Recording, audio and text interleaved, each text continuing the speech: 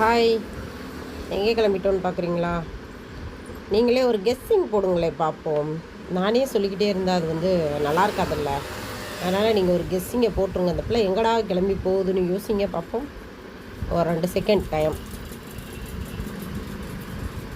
Guess பண்ணிங்களா? இல்லை, வாங்க நானே சொல்லிடுறேன். அங்கே பாருங்கள், முன்னாடி ஒரு அக்கா உட்காந்துருக்காங்களா? இப்போ கெஸ் பண்ணியிருப்பீங்க, கண்டிப்பாக கெஸ் பண்ணியிருப்பீங்க. என்னென்னு பார்க்குறீங்களா? இன்றைக்கி அட்சய திருதி. அதனால் ஏதாவது எடுக்கணும் அப்படிங்கிறது நான் ஃபாலோ பண்ணிக்கிட்டு வர்ற ஒரு விஷயம், சரிங்களா? அதாவது வருஷம் ஏதோ சின்னதாவது ஏதாவது ஒன்று எடுக்கணுங்கிறது நான் என்னுடைய கான்செப்ட்டு.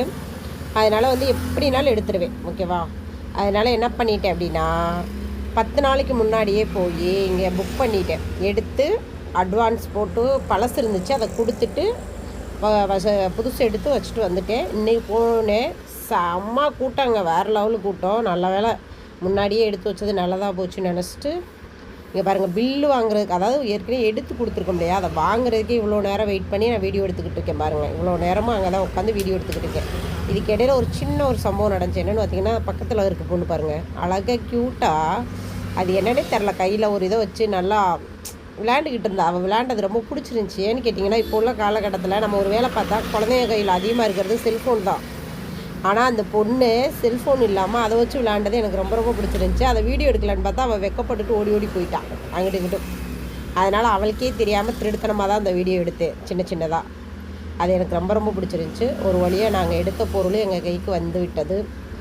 அது என்ன பொருளுங்கிறத கடைசியாக வீடியோவில் பாருங்கள், ஓகேவா? இப்போயே சொன்னோம் அப்படின்னா சஸ்பென்ஸ் போயிடும், ஓகேவா? அது என்ன பொருள் அது வரை கெஸ் பண்ணுங்க. ஆனால் உங்களுக்கே தெரிஞ்சிருக்கும். ஆனால் நான் என்ன பொருள் எடுத்திருப்பேங்கிறத கெஸ் பண்ணுங்கள், ஓகேயா? இதுக்குள்ளே என்ன பொருள் இருக்கும், அவங்க என்ன எடுத்திருப்பாங்கன்னு ஒரு கெஸ்ஸிங் போடுங்க பார்ப்போம், ஓகே? அந்த மாதிரி எடுத்து காமிச்சிருவாங்க. அதுக்குள்ளே நீங்கள் பார்த்துட்டீங்க.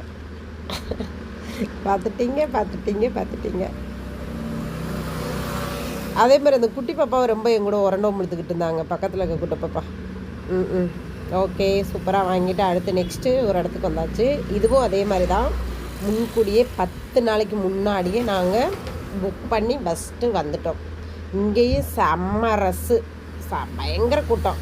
அன்றைக்கே எடுத்து வச்சுட்டு பழசு இருந்துச்சு, பழசை கொடுத்துட்டு எடுத்து வச்சுட்டு வந்துட்டோம். இன்றைக்கி போய் மேற்கொண்டு இருந்த அமௌண்ட்டை மட்டும் கொடுத்துட்டு பொருளை வாங்கிட்டு வந்துட்டோம். அது என்ன பொருள் ரெண்டுமே என்கிறத கடைசியில் நான் உங்களுக்கு வீடியோவில் போட்டிருக்கேன். ஃபுல் வீடியோவை மிஸ் பண்ணாமல் பாருங்கள், சரியா? யாரும் பார்க்க மாட்டீங்க, அது வேறு விஷயம். இருந்தாலும் பாருங்கள், சரிங்களா? நான் லென்த்து வீடியோ போட்டால் யாருமே பார்க்க மாட்டேறீங்க. ஷார்ட் வீடியோ மட்டும் தான் எனக்கு வியூவர்ஸே போகுது. லென்த்து வீடியோவுக்கு வியூவர்ஸே போக மாட்டேங்குது. ரொம்ப ஃபீல் பண்ணுறேன், ரொம்ப ரொம்ப ரொம்ப ரொம்ப ஃபீல் பண்ணுறேன். இங்கே பாருங்கள், டைம் என்ன, இது ஃபுல்லாமே டைம். நான் இதில் ஒரு தோடு எவ்வளோன்னு கேட்டேன்னா 45,000 சொன்னாங்க. குட்டியூண்டு தோடு கேட்டேன், 45,000 சொன்னாங்க. ஒரு வழியாக கைக்கு பொருள் வந்துடுச்சு, வாங்கிக்கிட்டு வந்தாச்சு. ஓகே, வாங்க.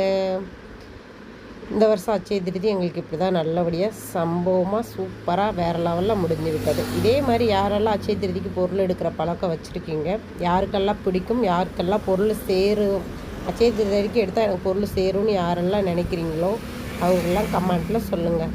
எப்போ இந்த வீடியோ மிஸ் பண்ணாமல் பார்த்தாலும் எனக்கு கமெண்ட் பண்ணுங்கள், ஓகே? ஆனால் ஃபாலோ பண்ணிக்கோங்க, நல்ல விஷயந்தான், ஓகே டன்னு, சூப்பர். நெக்ஸ்ட்டு பார்ப்போம் வேறு வீடியோவில்.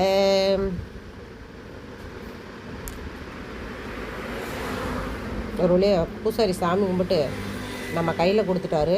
அவருக்கு கொடுக்கறதுனால வெறுங்கையில் கொடுக்கக்கூடாதுன்னு அவருக்கு ஒரு தர்ச்சனையை கொடுத்துட்டு பொருளை வாங்கிட்டு அப்படியே நேராக வீட்டுக்கு வந்தாச்சு, அவ்வளோதான்.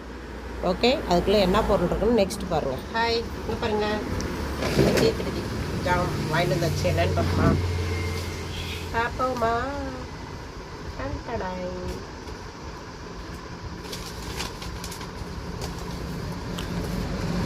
இதெல்லாம் ஒரு என்ன சம்பவம்னா, நகை விலை வெள்ளி விலை கூடுதுன்னு சொல்லத்தான் செய்கிறாங்க. அங்கே போய் பார்த்தா செம்ம கூட்டம், வேறு லெவலு. நாங்கள் ஒரு வாரத்துக்கு முன்னாடியே இதனால தான் போய் அட்வான்ஸ் புக்கிங்கில் எடுத்து வச்சுட்டு வந்துட்டோம். அதனால் இன்றைக்கி போன உடனே வாங்கிட்டு வந்துட்டோம். நாங்கள் எல்லாமே இந்த வருஷம் என் பொண்ணுக்கு தான், போன வருஷமும் என் பொண்ணுக்கு தான் எடுத்தோம், இந்த வருஷமும் என் பொண்ணுக்கு தான்.